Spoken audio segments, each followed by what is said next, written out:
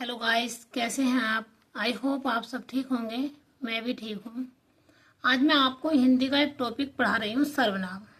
सर्वनाम टॉपिक जो है आपका, मैं इस वीडियो में आपको कंप्लीट करा दूंगी। सबसे पहला सर्वनाम।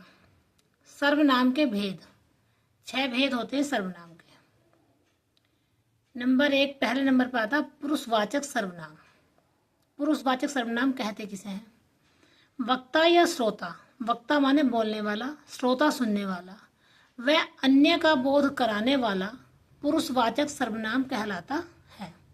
वक्ता, श्रोता व अन्य जो कोई दूसरा, उन सबका बोध जो कराएगा हमें, जो मतलब उसकी पहचान कराएगा, वो पुरुषवाचक सर्वनाम में आएगा। पुरुषवाचक सर्वनाम में तीन भेद होते हैं। नंबर 1 पर आता उत्तम पुरुष।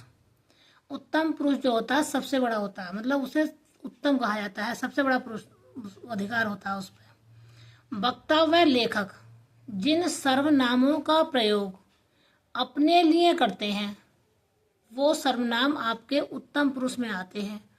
जैसे वक्ता जो बोल रहा है, लेखक जो लिख रहा है, जिन शब्दों का प्रयोग वो अपने लिए करेंगे वो आपके उत्तम पुरुष में आएंगे। जैसे मैं पढ़ता हूँ, मैं शब्द जो है वो आपका उत्तम पुरुष में आएगा, क्योंकि वक्ता ने वो अपने लिए प्रयोग किया, मैं पढ़ता हूँ। ठीक। अब सेकंड नंबर पर आता है आपका मध्यम पुरुष।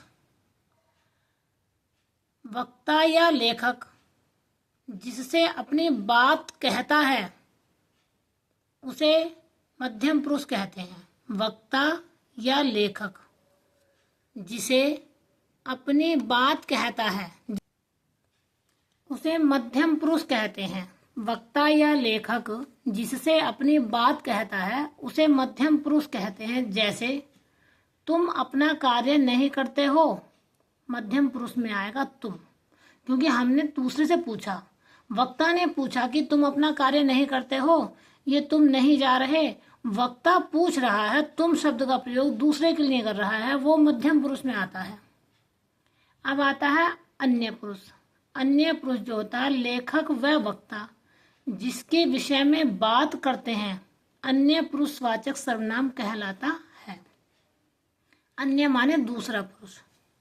लेखक व वक्ता बात कर रहे हैं, लेखक किसी के विषय में, अन्य के विषय में बात कर रहा है, दूसरे के विषय में बात कर रहा है, वो अन्य पुरुष कहलाता है। जैसे वे कौन है, वे कौन है अगर किसी ने प्रश्न किया है वे, तो वे अन्य हैं, दूसरे हैं, दूसरे के विषय में बात हुई। वे कौन है, वह दुष्ट है, वो अन्य पुरुष में आएगा। वह दुष्ट है, दूसरा है, वो अन्य पुरुष में आएगा। ठीक है। ये तीन जो होते हैं सर्वनाम के भेद, पुरुषवाचक सर्वनाम के भेद होते हैं। एक उत्तम पुरुष, मध्यम पुरुष, अन्य पुरुष। उत्तम पुरुष में वक्ता खुद अपने लिए प्रयोग करता है, मैं। उत्तम पुरुष में मैं, वक्ता अपने लिए जो बातें प्रयोग करेगा वो उत्तम पुरुष में आएंगे। मध्यम पुरुष में वक्ता और लेखक अन्य जिससे अपनी बात कहता है, मतलब दूसरे से जो इससे बात कह रहा है सामने वाले से, वो हो गया। और तीसरा जो अन्य पुरुष होगा वो जिससे बात कह रहा है वो भी नहीं है और वो खुद लेखक भी नहीं है, लेकिन वो तीसरा व्यक्ति जिसके बारे में बात की जा रही है वो अन्य पुरुष में आता है। निजवाचक सर्वनाम, ये तो हो गए आपके पुरुषवाचक सर्वनाम के भेद। 3 भेद होते हैं। क्वेश्चन आपके ये भी बनते हैं कि पुरुषवाचक सर्वनाम में कितने भेद, तो आपको 3, उत्तम पुरुष, मध्यम पुरुष और अन्य पुरुष। उसके बाद में आता है आपका नंबर 2 पे निजवाचक। निजवाचक में क्या है? वक्ता या लेखक जहां अपने लिए आप या अपने आप शब्द का प्रयोग करे, निजवाचक। निज कहते हैं अपने आप को। निजवाचक सर्वनाम क्या है? जहां अपने आप या आप ये शब्दों का प्रयोग करेगा वक्ता या लेखक, वो निजवाचक सर्वनाम में आएगा। निजवाचक सर्वनाम, निजवाचक में जो है निजी, अपने आप के लिए आप शब्द आएगा। मैं तो अपने आप ही आता था, मैं अपने आप काम कर लूंगा। अपने आप शब्द जो आएगा वो आपका निजवाचक में आएगा। आगे आता है प्रश्नवाचक। प्रश्न पूछने के लिए जिन सर्वनाम शब्दों का प्रयोग किया जाता है प्रश्नवाचक कहलाते हैं। जैसे कौन शोर कर रहा है, यह आपका कौन जो है यह आपका प्रश्नवाचक हो गया। या कब जाओगे, या कौन आ रहा है, तो ये प्रश्नवाचक वो है। आगे आता संबंधवाचक। संबंध देखिए, आगे आता है आपका संबंधवाचक सर्वनाम। संबंध क्या होता है? वाक्य में संज्ञा या सर्वनाम के साथ संबंध प्रदर्शित करने के लिए जिस सर्वनाम का प्रयोग किया जाता है उसे संबंधवाचक सर्वनाम कहते हैं।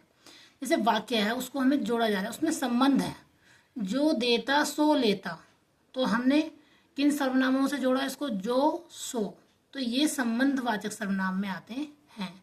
जिसकी लाठी उसकी भैंस, ये संबंध हो गया ना, तो संबंध जिसकी और उसकी से जोड़ा गया तो संबंधवाचक सर्वनाम आते हैं। नंबर 5 पर आता है आपका निश्चयवाचक सर्वनाम। निश्चय क्या चीज हो? निश्चित हो कोई चीज, जिसमें हम उस चीज को बिल्कुल निश्चित करके कहते हैं कि ये बिल्कुल निश्चित है, इतनी ही है। जिन सर्वनाम शब्दों से किसी निश्चित वस्तु का बोध हो, बिल्कुल उसका निर्णय हो कि हाँ भाई 5 किलो ही है यह वह, ये जो आते हैं निश्चयवाचक में, यह वह ये वे। यह उपयोगी साधन है, मतलब अनुपयोगी नहीं हो सकता, ये उपयोगी साधन है, जो भी चीज साधन है हमारे पास में। ये भ्रष्टाचार के प्रबल विरोधी हैं, कोई व्यक्ति है वो भ्रष्टाचार का प्रबल विरोधी है, वो कभी भ्रष्टाचारी नहीं है, तब उसके लिए निश्चित है ये चीज, तब हम ये जो शब्द हैं ये, यह, वह, ये, वे, ये निश्चयवाचक सर्वनाम में आते हैं। आगे आता है अनिश्चयवाचक सर्वनाम। जिन सर्वनाम शब्दों से किसी निश्चित वस्तु का बोध ना हो, जैसे अनिश्चय, अनिश्चय कहते हैं जो कोई निश्चित नहीं है, उसका आना न आना कोई निश्चित नहीं है। कोई आ रहा है तो हमें ये लगा कि कोई आ भी सकता है, नहीं भी आ सकता, या कोई आ रहा है, हमें कुछ ऐसे संशय सा हो गया, संशय हुआ, तो वो अनिश्चित है। वह कुछ लाया था, हमें पूरा निश्चित नहीं पता कि वो कुछ लाया भी था क्या, लेकिन हमें लगा कि कुछ लाया था, तो ये शब्द जो कोई, कुछ हैं, इस तरीके के शब्द अनिश्चयवाचक सर्वनाम में आते हैं। तो प्रश्न आपके 6-7 इसमें से बनते हैं कि कितने हैं, तो आपको बताने हैं किससे ये जो है हमारे कितने हैं वो सर्वनाम के जो भेद है 6। और ये आपके देखिए वो सर्वनाम 11 होते हैं। सर्वनाम जो हैं वो आपके 11 होते हैं। कौन कौन से होते हैं ये और देख लीजिए। मैं, तू, आप, यह, वह, जो, सो, कोई, कुछ, कौन, क्या, ये 11 ही सर्वनाम आपके सारे 6 के 6 सर्वनामों में बटे हुए हैं। जैसे मैं किस में आया? उत्तम पुरुष में। तू मध्यम पुरुष में। आप निश्चयवाचक में।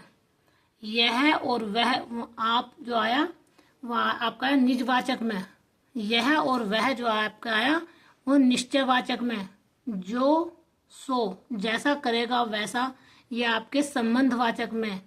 कोई, कुछ, कौन, क्या, ये आपके अनिश्चयवाचक में है। तो 11 के 11 जो सर्वनाम हैं वो आपके इन्हीं 11 सर्वनामों में से 6 के 6 में बटे हुए हैं। तो सर्वनाम कितने हुए आपके? 11 हुए। और सर्वनाम के भेद कितने हुए? 6 हुए। और जो प्रथम सर्वनाम आपका है उसके कितने हैं? उसके आपके 3 भेद हैं, उत्तम पुरुष, मध्यम पुरुष और अन्य पुरुष, उसके 3 वो हैं। इस तरीके से आपके कितने हुए? 11 जो हैं आपके सर्वनाम हैं। और जो पुरुषवाचक सर्वनाम है आपका, उसमें जो है आपके 3 वो पुरुषवाचक सर्वनाम के आपके 3 भेद हो गए, जिसमें आपका उत्तम पुरुष, मध्यम पुरुष और अन्य पुरुष हो गए। और ये आपके सर्वनाम 6 हैं जो, और उसमें सर्वनाम 6 सर्वनामों में वैसे सर्वनाम 11 होते हैं। जो 11 सर्वनाम आपके इन 6 सर्वनामों में बटे हुए हैं वो मैंने आपको बताया। यदि आप ध्यान से इस वीडियो को 2 या 3 बार देख लेंगे तो शायद ये आपका सर्वनाम वाला चैप्टर कंप्लीट हो जाएगा। धन्यवाद।